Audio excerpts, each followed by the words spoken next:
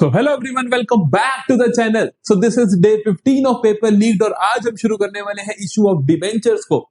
तो issue of shares की हमने 4 पार्ट करे और बहुत अच्छे से उस चैप्टर को कवर करा।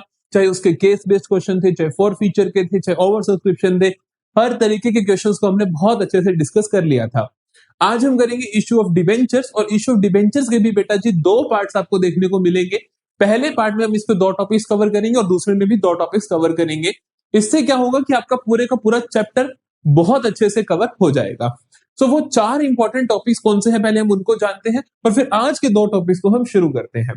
तो 4 ही मेन टॉपिक्स होते हैं जहां से हमारे पास इशू ऑफ डिबेंचर के क्वेश्चन आते हैं। पहले तो आते हैं कि इशू ऑफ डिबेंचर से, कि बेसिकली डिबेंचर्स आपने इशू करा, उसकी सारी की सारी एंट्रीज की, एप्लीकेशन की, अलॉटमेंट की, वो सारी एंट्रीज आ जाती हैं, जो कि शेयर्स के जैसा क्वेश्चन होता है बिल्कुल ही। दूसरे नंबर पे आता है कंसीडरेशन अदर देन कैश का question. Consideration other than cash की when you are issuing debentures for consideration other than cash. Shares में भी ये टॉपिक आता है। मैंने आपको बताया था कि गारंटी होती है कि पूरे पेपर में एक क्वेश्चन कम से कम कंसिडरेशन अदर देन कैश का देखने को मिलेगा। चाहे वो डिबेंचर से मिल जाए, चाहे वो शेयर से मिल जाए, क्वेश्चन जरूर मिलेगा। करने का स्टाइल सेम रहता है। तो आज की क्लास में हम इसे डिस्कस भी करेंगे। फिर एक टॉपिक रह जाएगा मेरे पास, interest discount loss on issue, ये। और फिर आएगा issue with conditions on redemption, issue with conditions on redemption, ये टॉपिक। ये दोनों टॉपिक्स हम कल की क्लास में करेंगे, ये दोनों टॉपिक्स हम आज की क्लास में करेंगे और आज की क्लास में कुछ एक थ्योरी भी डिस्कस करेंगे, क्योंकि एक थ्योरी का क्वेश्चन डिबेंचर्स का हर साल आता ही आता है, उसको भी अच्छे से डिस्कस करेंगे। ठीक है, तो जल्दी से शुरुआत करते हैं इशू ऑफ डिबेंचर्स की एंट्रीज के साथ। तो इशू ऑफ डिबेंचर्स की एंट्रीज क्या होती हैं? एज इट इज जैसे आपने अपने इशू ऑफ शेयर्स में सीखी कि सबसे पहले आप एंट्री करोगे बैंक अकाउंट डेबिट टू इतने परसेंट डिबेंचर्स एप्लीकेशन अकाउंट। पहली एंट्री क्या होती है? वहां क्या करते थे आप? Bank account debit to share application करते थे। यहां पर क्या करोगे? जितने परसेंट डिबेंचर्स एप्लीकेशन। ठीक है बेटा, जितने भी शेयर एप्लीकेशन, शेयर अलॉटमेंट, उन सबका नाम बदल के क्या हो जाएगा? Debenture application, debenture allotment. और जहां पर भी तुम शेयर कैपिटल लिखते थे, कि अगली एंट्री आप करते थे कि share application account debit to share capital account, वहां पे आप क्या लिखोगे? आप 9% debentures application account debit to 9% debentures account. समझे मेरी बात को? तो बेसिकली जहां पर शेयर कैपिटल आता है उसकी जगह डिबेंचर्स नाम आ जाएगा, और जहां पर भी शेयर एप्लीकेशन, शेयर अलॉटमेंट नाम आता है, वहां पर डिबेंचर एप्लीकेशन, डिबेंचर अलॉटमेंट नाम आ जाएगा। सॉर्टेड है कहानी। चलो जी, क्वेश्चन उठा के देखते हैं। सीबीएसई फाइनल बोर्ड एग्जाम का 4 नंबर का क्वेश्चन है, ध्यान से देखो। EF limited invited applications for issuing 4000 10% debentures of so each at a premium of 10 per debenture. Premium पे इशू करा। The amount was payable as follows. Application पे है बेटा जी 40 रुपए। हम लिख लेते हैं चीजों को।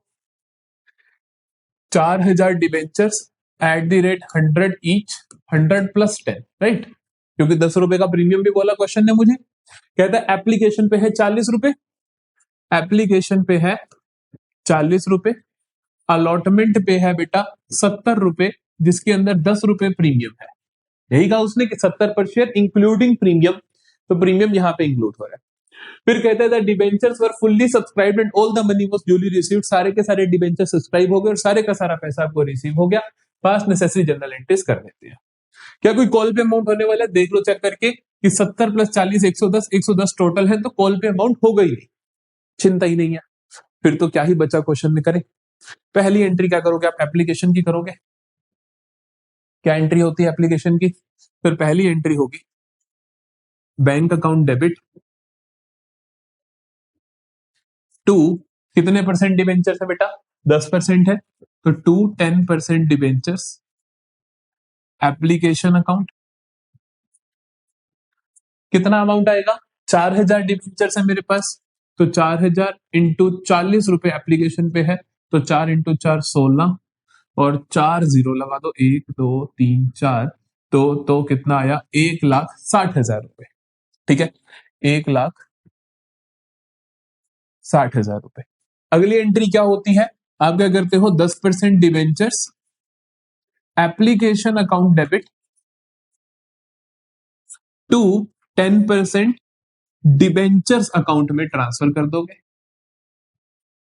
जितना भी पैसा आपको एप्लीकेशन पे रिसीव हुआ 1,60,000, 1,60,000। क्लियर है कहानी यहां तक?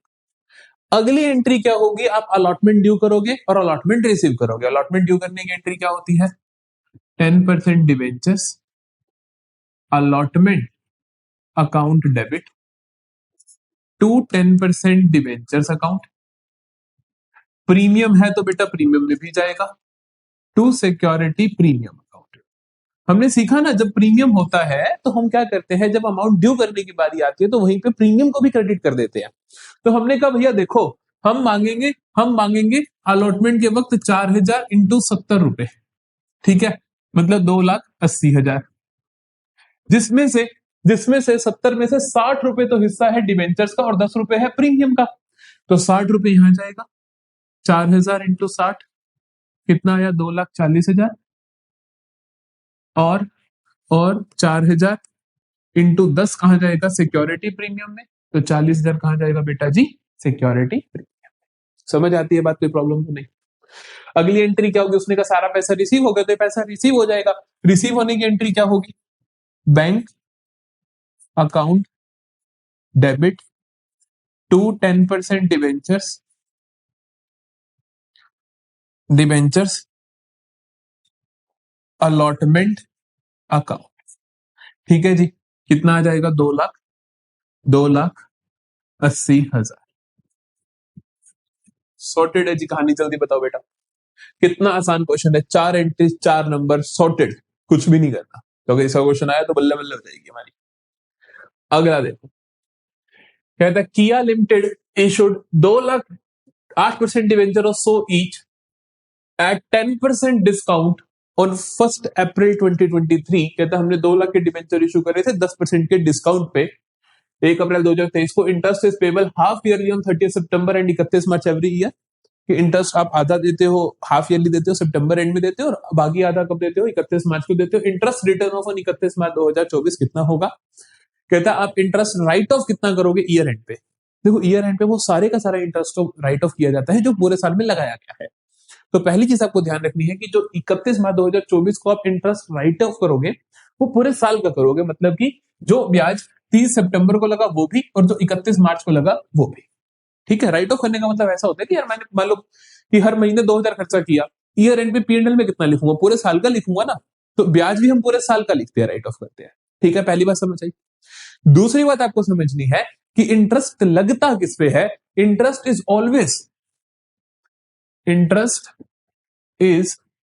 Always applicable on face value. अपने हाईलाइट करके लिख लो नोट्स में कि interest is always applicable on face value of security. बेटा फेस वैल्यू का मतलब है कि डिबेंचर है कितने का, 100 रुपए का डिबेंचर है तो उसके ऊपर 100 रुपए पे ब्याज लगेगा, 90 पे नहीं लगेगा, चाहे इशू जितने का मर्जी कराओ। और रेट ऑफ इंटरेस्ट आपको पता ही है 8%। 8% ऑफ 100 रुपए कितना हुआ बेटा जी, 8% ऑफ 100 रुपए कितना हुआ, 8 रुपए हुआ। 8 रुपए इंटू नंबर ऑफ डिबेंचर्स कितने हैं, 2 लाख। तो 2 लाख इंटू 8 कितना हुआ, 16 लाख। समझ में आई बात। तो आंसर क्या होगा, 16 लाख रुपीस।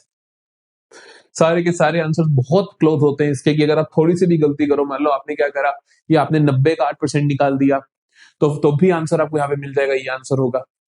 अगर आपने गलती से सिर्फ 31 मार्च वाला देखा तो ये होगा। तो मतलब क्वेश्चन आपको कंफ्यूज करने के लिए सारे के सारे आंसर बना के देगा और तुम्हें लगेगा तुमने सही करा है, क्योंकि चारों ऑप्शन किसी ना किसी तरीके से आंसर बनते हैं। ठीक है, ये नहीं कि कोई वेग सी टर्म्स है कि 16 सही आंसर और ये कुछ भी लिख दी तीनों। ये तीनों वो टर्म्स आंसर्स लिखे गए हैं जो तुम्हारे क्लोज आंसर चॉइसेस होंगे। ठीक है, इसलिए ध्यान रखना है कि क्या, कि फेस वैल्यू, क्या ध्यान रखना है बेटा, फेस वैल्यू पे ब्याज लगता है। चलो अगला देखो। अब ये क्वेश्चन जो होता है वो हर साल आपसे पूछा जाता है। Debentures on which a company does not give any undertaking for the repayment of money borrowed is. कहता है ऐसे डिबेंचर्स जिसपे कंपनी कोई अंडरटेकिंग नहीं देती कि हम रीपेड करेंगे, कि हम रीपे करेंगे with in time limit. Undertaking का मतलब होता है कि हम 5 साल के अंदर अंदर रिडीम कर देंगे, 10 साल के अंदर अंदर पे बैक कर देंगे। जिस डिबेंचर में कंपनी ऐसा वादा नहीं करती उसे आप क्या बोलते हो? उसे आप बोलते हो इररिडीमेबल या परपेचुअल डिबेंचर्स। उन्हें आप क्या बोलते हो? Perpetual debentures. डिबेंचर्स के टाइप्स बहुत बहुत इंपॉर्टेंट टॉपिक है, आपकी बुक में बहुत अच्छे से लिखे भी हुए हैं। मैं आपको जल्दी जल्दी बता भी रहा हूं, ध्यान से सुनना। एक होता है रजिस्टर्ड। रजिस्टर्ड का मतलब होता है बेटा जी ऐसे डिबेंचर्स जिनके नाम पता, जो डिबेंचर होल्डर्स हैं उनका नाम पता वगैरह सब कुछ आपने रजिस्टर में लिख रखा है, वो होते हैं रजिस्टर्ड डिबेंचर्स। दूसरे पे आते हैं बियरर डिबेंचर्स, जिनका नाम पता आपने नहीं लिख रखा, जो भी उसको बियर कर रहा होगा, जो भी उस डॉक्यूमेंट को लेकर आएगा, कंपनी उसको ब्याज दे देगी। ठीक है, तो वो होता है बियरर डिबेंचर। फिर आता है आपके पास कन्वर्टिबल। कन्वर्टिबल का मतलब होता है बेटा जी, अरे मक्खी जी हटिए, हटिए, आप खराब कर रहे हैं हमारा। हाँ, कन्वर्टिबल का मतलब होता है बेटा जी ऐसे डिबेंचर्स जिनको कल को आप शेयर्स में या किसी और दूसरी तरीके की सिक्योरिटी में बदल सकते हो। जैसे 10% डिबेंचर है तो आप उसको 10 साल बाद 15% डिबेंचर बना सकते हो, या इक्विटी शेयर में बना सकते हो, या प्रेफरेंस शेयर में बना सकते हो। आप क्या बोलते हो? Convertible debentures. और नॉन कन्वर्टिबल जिनको आप कन्वर्ट नहीं कर सकते, जिनको आप कन्वर्ट नहीं कर सकते हो। फिर आता है आपके पास रिडीमेबल। रिडीमेबल डिवेंचर्स वो होते हैं जो कंपनी की लाइफ टाइम में कंपनी रिडीम करने वाली है, जिसको एक अंडरटेकिंग दी गई है कि अगले 10 साल के अंदर हम आपका पैसा वापस करेंगे या 15 साल में करेंगे। That are redeemable. फिर आता है इररिडीमेबल। इररिडीमेबल का ही दूसरा नाम जो आप देख रहे हो, परपेचुअल। परपेचुअल का मतलब होता है चलता ही रहेगा। बेसिकली ऐसे डिवेंचर जिनका कोई फिक्स टाइम लिमिट नहीं है, कंपनी अपनी लाइफ टाइम के दौरान उनको पेमेंट नहीं करने वाली है, तो ये हो गया इररिडीमेबल। फिर आता है फिर आता है फिर आता है एक और टाइप के भी डिवेंचर्स होते हैं। एक तो जीरो कूपन डिवेंचर, लिख लो, जीरो कूपन बॉन्ड, बहुत बार पूछा जाता है। ये होते हैं बेटा ऐसे ऐसे डिवेंचर्स जिनके ऊपर कोई ब्याज नहीं होता। मान लो कि आपने कंपनी को 100 रुपए दिए, तो कंपनी आपको उसके ऊपर कोई ब्याज नहीं देगी, क्योंकि कंपनी जब पैसा वापस करेगी 100 की जगह बढ़ा के कर देगी, सपोज 150 रुपए वापस कर देगी। तो जीरो कूपन बॉन्ड क्या हुए? कि ऐसे डिवेंचर जिन पे कोई फिक्स रेट ऑफ इंटरेस्ट नहीं होता, लेकिन जब कंपनी पैसा वापस करती है तो ज्यादा वापस करती है, और ये जो डिफरेंस होता है कि आपने 100 रुपए दिए थे, कल को आपको 150 मिल रहे हैं, तो ये 50 रुपए का डिफरेंस जो है ये एज एन इंटरेस्ट काम करता है जितने भी सालों के लिए कंपनी ने पैसा लिया है। तो बेसिकली जीरो कूपन बॉन्ड भी आपके लिए इंपॉर्टेंट होते हैं। फिर आता है सिक्योर्ड डिबेंचर्स, जिनको बेसिकली सिक्योर्ड है, जो अभी मतलब समझाता हूं। और फिर आता है अनसिक्योर्ड डिबेंचर्स। तो देखो यार, सिक्योर्ड डिबेंचर्स क्या होता है? सिक्योर्ड डिबेंचर्स का मतलब होता है ऐसे डिबेंचर जिनको सिक्योरिटी मिली हो। फॉर एग्जाम्पल, मैंने कंपनी को 1 लाख दिए, कंपनी ने मेरे को डिबेंचर्स इशू करे, मैंने कहा मुझे ट्रस्ट नहीं है, तो कंपनी क्या करेगी? मुझे अपने कुछ एसेट्स एक तरीके से मॉर्गेज कर देंगी, या मेरे नाम पे लिख देंगी कि अगर उन्होंने मुझे पैसे नहीं दिए तो मैं वो एसेट्स उनकी ले सकता हूं। तो इसका मतलब क्या हुआ? वो सिक्योर हो गए हैं डिबेंचर्स। इसी तरीके से अनसिक्योर का मतलब होता है जिनके लिए कोई सिक्योरिटी नहीं दी होती कंपनी ने, तो वो क्या होते हैं? Unsecured debentures. ठीक है, तो डिबेंचर सिक्योर्ड और अनसिक्योर्ड भी हो सकते हैं। यहां पे देखने को मिल गया भैया सिक्योर्ड। ठीक है, तो अब यहाँ पे आपको जितने भी टाइप्स ऑफ डिबेंचर दिखेंगे, सभी के सभी टाइप्स मैंने आपको समझा दिए हैं। अगले क्वेश्चन पे मूव करते हैं। इस क्वेश्चन की बात अभी हम थोड़ी सी देर कंसिडरेशन के टॉपिक के दौरान करेंगे, अभी रुक जाइए। अगला देखो, debentures in respect of which all details including names, addresses and particulars of holding of debenture holders are entered in a register।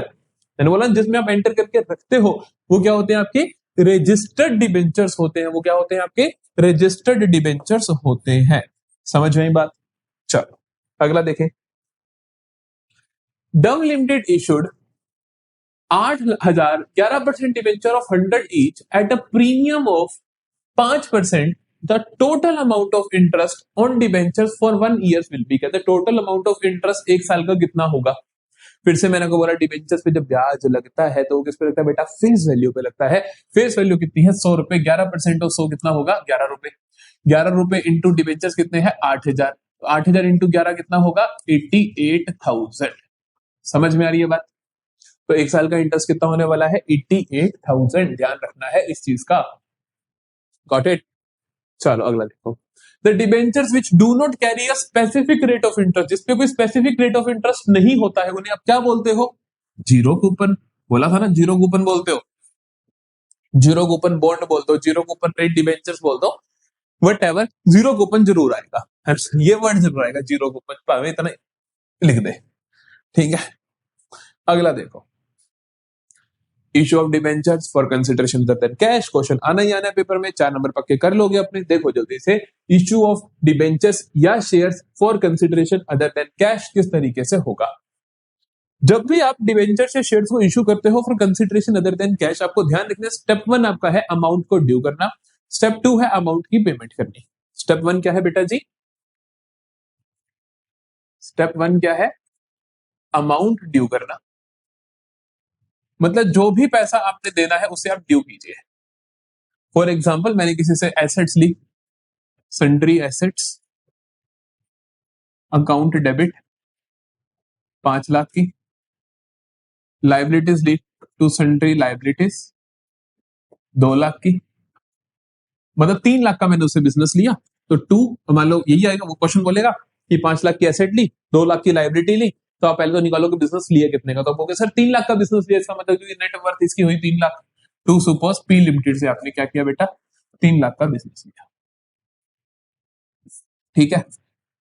यहाँ पे थोड़ा सा कुछ जरूरत भी पड़ सकती है, जैसे कि अगर आपको डेबिट साइड में बैलेंसिंग फिगर चाहिए तो उसका नाम होगा गुडविल, ध्यान रखना, अभी क्वेश्चन आएंगे तो आपको अच्छे से समझ आएगा। क्रेडिट साइड में बैलेंसिंग फिगर की जरूरत है तो नाम आएगा कैपिटल रिजर्व, नाम आएगा कैपिटल रिजर्व, ठीक है। जरूरत पड़ जाती है कई बार, जैसे वो कहते हैं कि चीज तो थी 3 लाख की, तुम ले रहे हो 4 लाख की, तो 1 लाख एक्स्ट्रा क्यों दे रहे हो? गुडविल के लिए दे रहे हो, तो वहां पे गुडविल आपको बैलेंसिंग फिगर के रूप में दिखेगा। ये कई बार ऐसा होता है, चीज थी 3 लाख की और ये बंदा 2 लाख के देने में अग्री हो गया। सपोज करो चीज थी 3 लाख की, 3 लाख की बनी ना, कि 5 की एसेट ली और 2 की आपने लाइबिलिटी ली, तो लेकिन ये बंदा दे रहा है मुझे 2 लाख में, तो इसे तो मैं दूंगा 2 लाख, तो 1 लाख कहां जाएगा? क्रेडिट साइड का बैलेंसिंग फिगर क्या जाएगा? To capital reserve 1 lakh. Got it. तो अगर ऊपर जरूरत पड़े तो गुडविल, नीचे पड़े तो कैपिटल रिजर्व, ये हो जाएगा। स्टेप 2 क्या है आपका? स्टेप 2 क्या है आपका? तो स्टेप 2 है पेमेंट। स्टेप 2 है पेमेंट। अब आपको क्या करनी है बेटा? पेमेंट करनी है। किसको पेमेंट करनी है? पी लिमिटेड को पेमेंट करनी है। तो पी लिमिटेड को पे करोगे तो पी लिमिटेड को डेबिट करोगे, तो क्या करोगे आप? पी लिमिटेड, जिस बंदे को जितनी पेमेंट करनी है उतने अमाउंट से डेबिट करोगे, 2 लाख से। बाकी क्या लिखना है, कैसे लिखना है, वो डिपेंड करेगा कंडीशंस पे। कंडीशन आएंगी बहुत आसान आसान, कि जी प्रीमियम पे इशू कर दिया, या डिस्काउंट पे इशू कर दिया, या पार पे इशू कर दिया। हर बार आपको एक चीज यहां पर जरूर ध्यान रखनी है, जरूर ध्यान रखनी है, मोस्ट इंपॉर्टेंट है, कि आपको क्या करना है बेटा? नंबर ऑफ डिबेंचर्स निकाल लेने हैं, नंबर ऑफ डिबेंचर निकालने हैं, फिर एंट्री करनी है। इस बात को जल्दी से अपने नोटबुक में हाईलाइट करके लिख लो, अदरवाइज आप गलती कर दोगे, पक्की बात है। कि जब भी for consideration other than cash का क्वेश्चन आता है, फिर आपको क्या करना है? नंबर ऑफ डिबेंचर्स, या अगर शेयर्स इशू कर रहे हो तो नंबर ऑफ शेयर्स निकालने हैं, फिर एंट्री पास करनी है। नंबर ऑफ शेयर्स है, नंबर ऑफ डिबेंचर्स निकलते कैसे हैं? Amount due upon amount of each debenture. Amount due का मतलब होता है टोटल कितने पैसे देने हैं, डिवाइड कर दोगे कि हर डिबेंचर, ईच डिबेंचर का रेट कितना है जिसपे तुम इशू कर रहे हो, बस। अगर ये पेज आपको क्लियर हो जाता है तो ये समझो आपके फाइनल एग्जाम के 3 नंबर क्लियर है, 3 या 4, क्योंकि एक एमसीक्यू भी बनता है। चलो क्वेश्चन उठाए, आपको समझ आएगा। क्वेश्चन उठाए, पहला क्वेश्चन है, देखो, पिस्ता limited took over running business of Vista limited comprising of assets of 45 lakh and liabilities of 7.5 lakh. उस भाई ने क्या करा? एसेट्स ली कितने की? 45 लाख की, और लायबिलिटीज ली कितने की? 7.5 लाख की। And in consideration issued them, और दिया क्या इसके बदले, देखो इशू क्या करा, 30,000 9% debenture of 100 each eight 5% discount, तो मतलब 30,000 डिबेंचर्स दिए, 30,000 डिबेंचर्स दिए, कितने में दिए ध्यान रखना पड़ेगा आपको कि 100 वाला एक 5% के डिस्काउंट है तो 95 रुपए में दिए, मतलब डिस्काउंट पे दिए बेटा। डिस्काउंट का मतलब क्या होगा, मैं तुम्हें 100 वाली चीज 95 की देता हूं तो मैं तुम्हें कितने पैसे का, सपोज करो ये पेन है 100 का, मैं देता हूं किसी को भी 95 का, तुम्हें मैंने पेन गिफ्ट कर दिया तो मैंने तुम्हें कितने गिफ्ट दिया, 95 का दिया ना। तो यहाँ पे हम कहेंगे कि कितनी वैल्यू है, डिबेंचर कितने का है, 95 का हुआ, 95, और साथ ही में चेक दे दिया 10 लाख का, प्लस 10 लाख दे दिए, तो टोटल पीसी कितनी है, पीसी का मतलब क्या हुआ, परचेज कंसीडरेशन, मतलब तुम कितने में सामने वाले का सामान खरीद रहे हो। तो पीसी कितनी आई मेरे पास, 30,000 इंटू 95 कितना होता है, 30,000 इंटू 95 कितना होता है, मेरे को लगता है 28.5 लाख होना चाहिए, 30,000 इंटू 95 28.5 लाख। कैसे निकाला देखो, 30,000 इंटू 100 कितना होता, 30 लाख, 95 में 5 कम है तो 5 इंटू 30,000 कितना होता, 1.5 लाख, तो 30 लाख में से 1.5 लाख गए तो कितना आएगा, 28.5 लाख। तो 28.5 प्लस 10 कितना आया बेटा, 38,50,000। तो ये क्या है, परचेज कंसीडरेशन, कि बेटा आप इतने में सामने वाले का बिजनेस खरीदना चाहते हो, इतनी पेमेंट आप उसको कर रहे हो।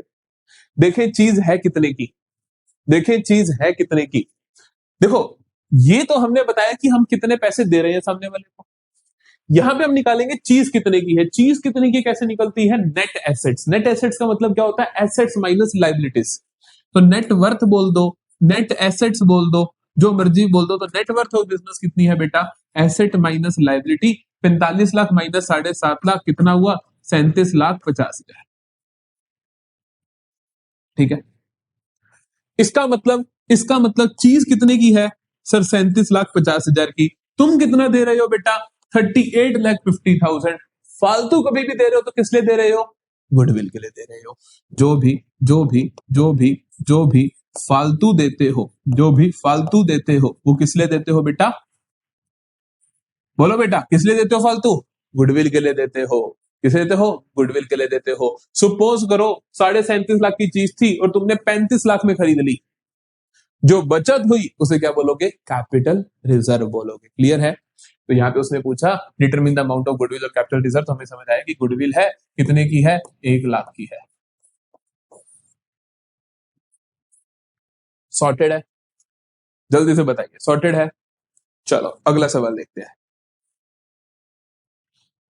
मल्लार्क मल्लार्क limited purchased assets of book value of 40 lakh and to cover liabilities of 5 lakh from नरोहा limited. It was agreed the purchase consideration ₹36 lakh be paid by, जो भी है जैसे भी है। बेसिकली तीन चीजें मिली आपको, आपको कहता है एसेट्स कितने की है, 40 लाख की, आपको कहता है लाइबिलिटीज कितने की है सर, 5 लाख की, और कहता है परचेज कंसिडरेशन कितने की है, 36 लाख की, मतलब इतने पैसे आप दोगे।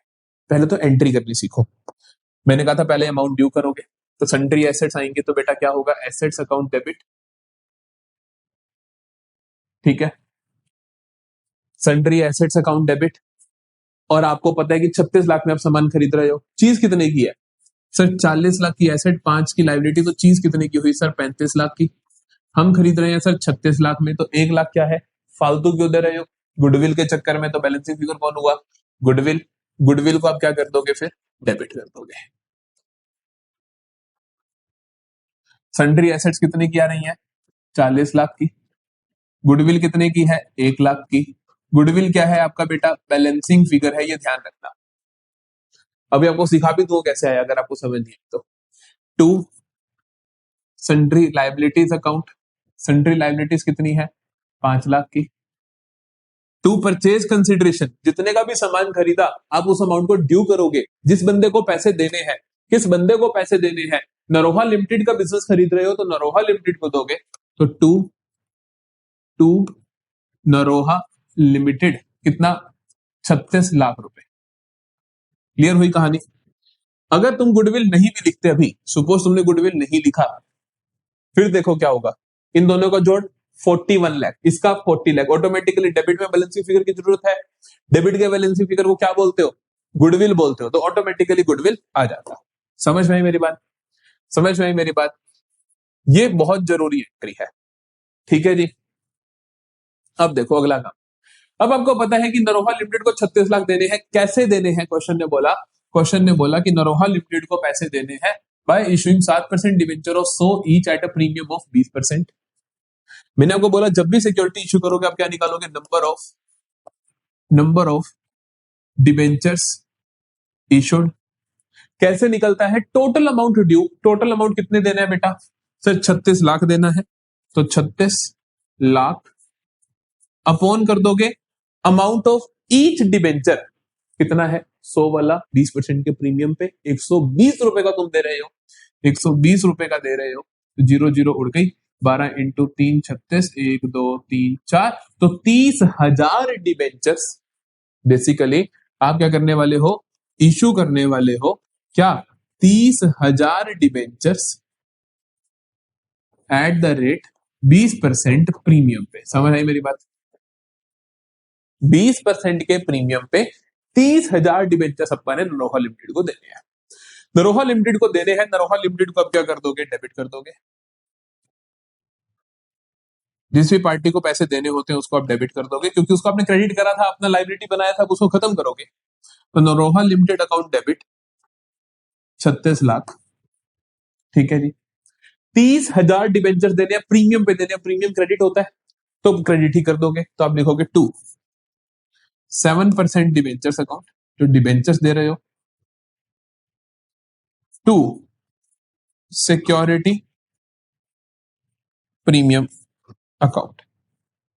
डिबेंचर्स में क्या आएगा, 7% डिबेंचर्स है ना, 7% ही है, जितनी फेस वैल्यू होती है वो आती है, कितनी है 30,000 इंटू 100, तो बेसिकली 30 लाख, और प्रीमियम में क्या जाएगा, जो प्रीमियम का अमाउंट है वो कितना है 30,000 इंटू 20, है ना, 20 रुपए का प्रीमियम है, तो कितना आएगा 6 लाख।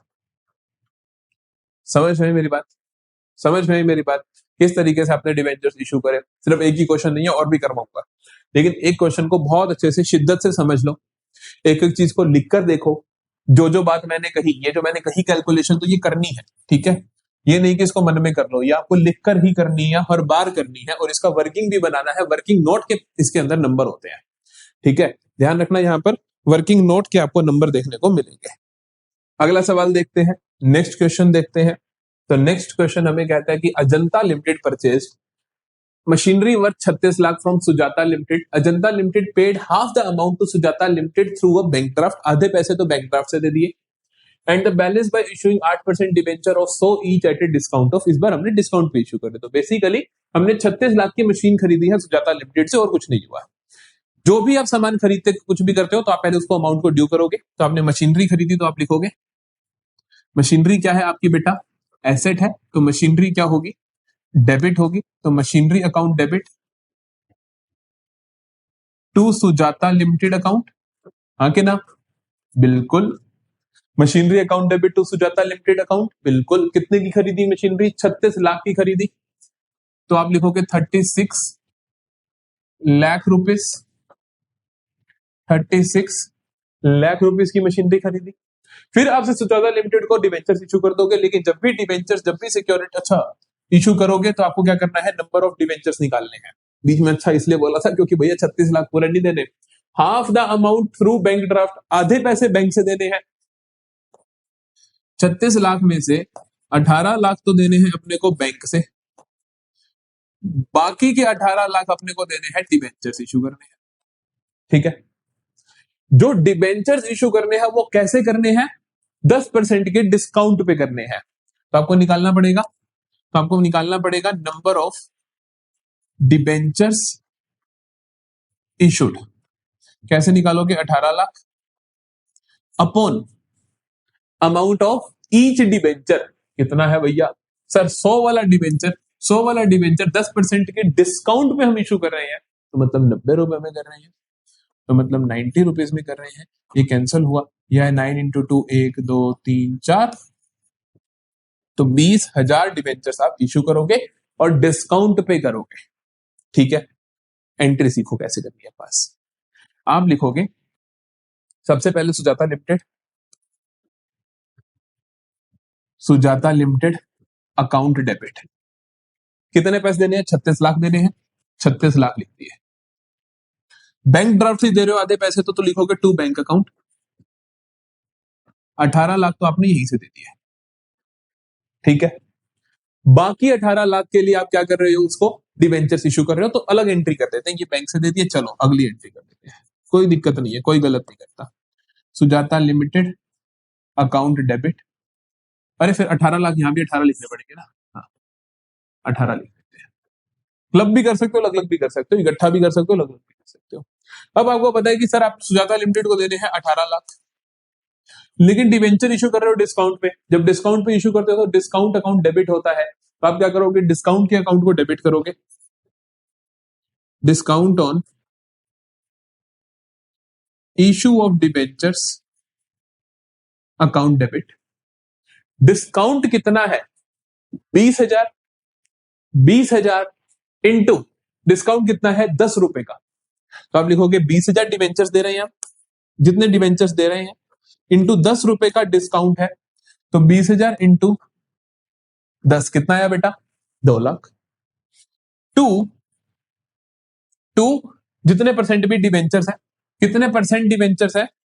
8%, तो मैं कहूंगा 8% डिवेंचर्स अकाउंट कितना आ जाएगा? 20 लाख। यहां पे फेस वैल्यू आती है, 20,000 डिवेंचर्स है और 100 रुपए की फेस वैल्यू है, तो 20,000 इंटू 100 कितना आ जाएगा? कितना आ जाएगा?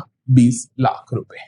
क्लियर हुई कहानी? तो ये हमने किया कि इशू ऑन डिस्काउंट। पिछला हमने किया इशू एट प्रीमियम, अब हमने किया इशू एट डिस्काउंट। समझ आए दोनों केसेस? जल्दी से बताइए, समझ आए दोनों केसेस? चलो अगला क्वेश्चन देखते हैं। कहते हैं कि Preeti limited purchased assets worth 5,40,000 and took over liabilities of 1,20,000 of Payal limited for a purchase consideration of 5,28,000। 5,28,000 में 5,28,000 में परचेज कंसिडरेशन दे दी गई है आपको। ठीक है जी, और आपको दिया गया है एसेट्स 5,40,000 की और लाइबिलिटीज 1,20,000 की। एंट्री क्या करोगे? सन्ड्री एसेट्स, और सीधा एंट्री सिखा रहा हूं मैं आपको कि दिखाता हूं बैलेंसिंग फिगर कैसे निकलेगा। सन्ड्री एसेट्स अकाउंट डेबिट कितना बेटा? 5,40,000। ठीक है, अब आप एक बार एक लाइन छोड़ दो और यहां लिखो टू सन्ड्री लाइबिलिटीज अकाउंट कितने की है? 1,20,000 की। टू परचेज कंसिडरेशन है तो लिखोगे टू पायल लिमिटेड कितने में? 5,28,000। यही कहानी हो रही। अब बैलेंसिंग फिगर इधर आते तो गुडविल लिख दो, अदरवाइज इसको खाली छोड़ देना और यहाँ पे कैपिटल रिजर्व लिख देना अगर इधर आता है बैलेंसिंग फिगर। तो ऊपर ही आ रहा है ना, देखो, क्योंकि ये बन रहा है 6,48,000, तो ये बनेगा 1,08,000 का गुडविल, ऑटोमेटिकली निकला। बैलेंसिंग फिगर डेबिट साइड का क्या नाम दोगे बेटा? 1,08,000। समझे? इस तरीके से भी कर सकते हो। एक लाइन छोड़ दो, उसके बाद देख लो किधर बैलेंसिंग फिगर की नीड है। अगर नीचे नीड है तो कैपिटल रिजर्व लिख दो, ऊपर नीड है तो गुडविल लिख दो। लाइन छोड़ के रखना, तो गंदा लगेगा। चलो ये हुआ। पायल लिमिटेड को देने अपन ने 5,28,000, पायल लिमिटेड को देने हमने 5,28,000। कैसे दोगे? कहते हैं कि Preeti limited paid half the amount by cheque, आधा दे दिया चेक से, and balance was settled by issuing 10% debentures of so each at a premium of 10%। तो पायल लिमिटेड को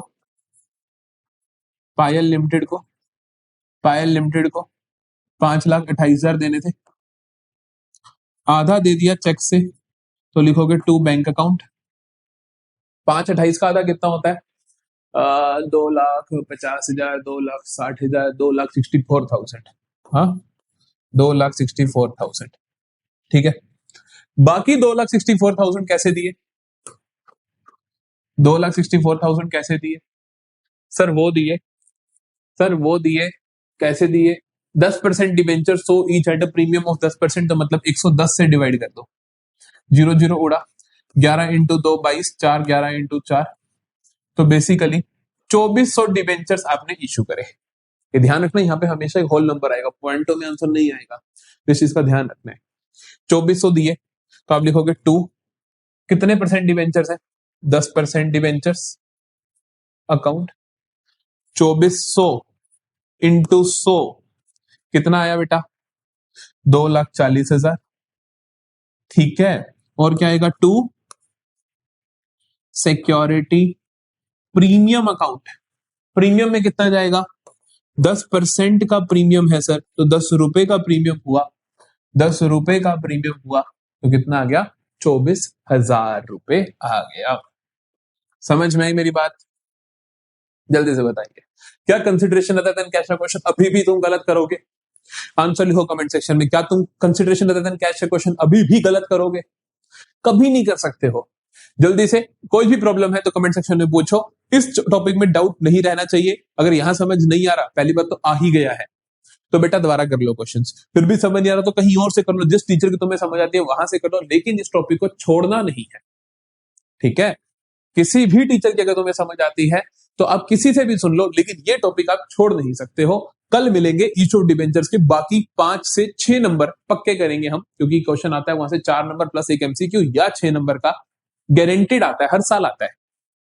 तो कल हम वो डिस्कस करेंगे। टाइम पे 5 बजे आ जाना और पूरा का पूरा लेक्चर सुन लेना। मिलते हैं कल, बाय बाय।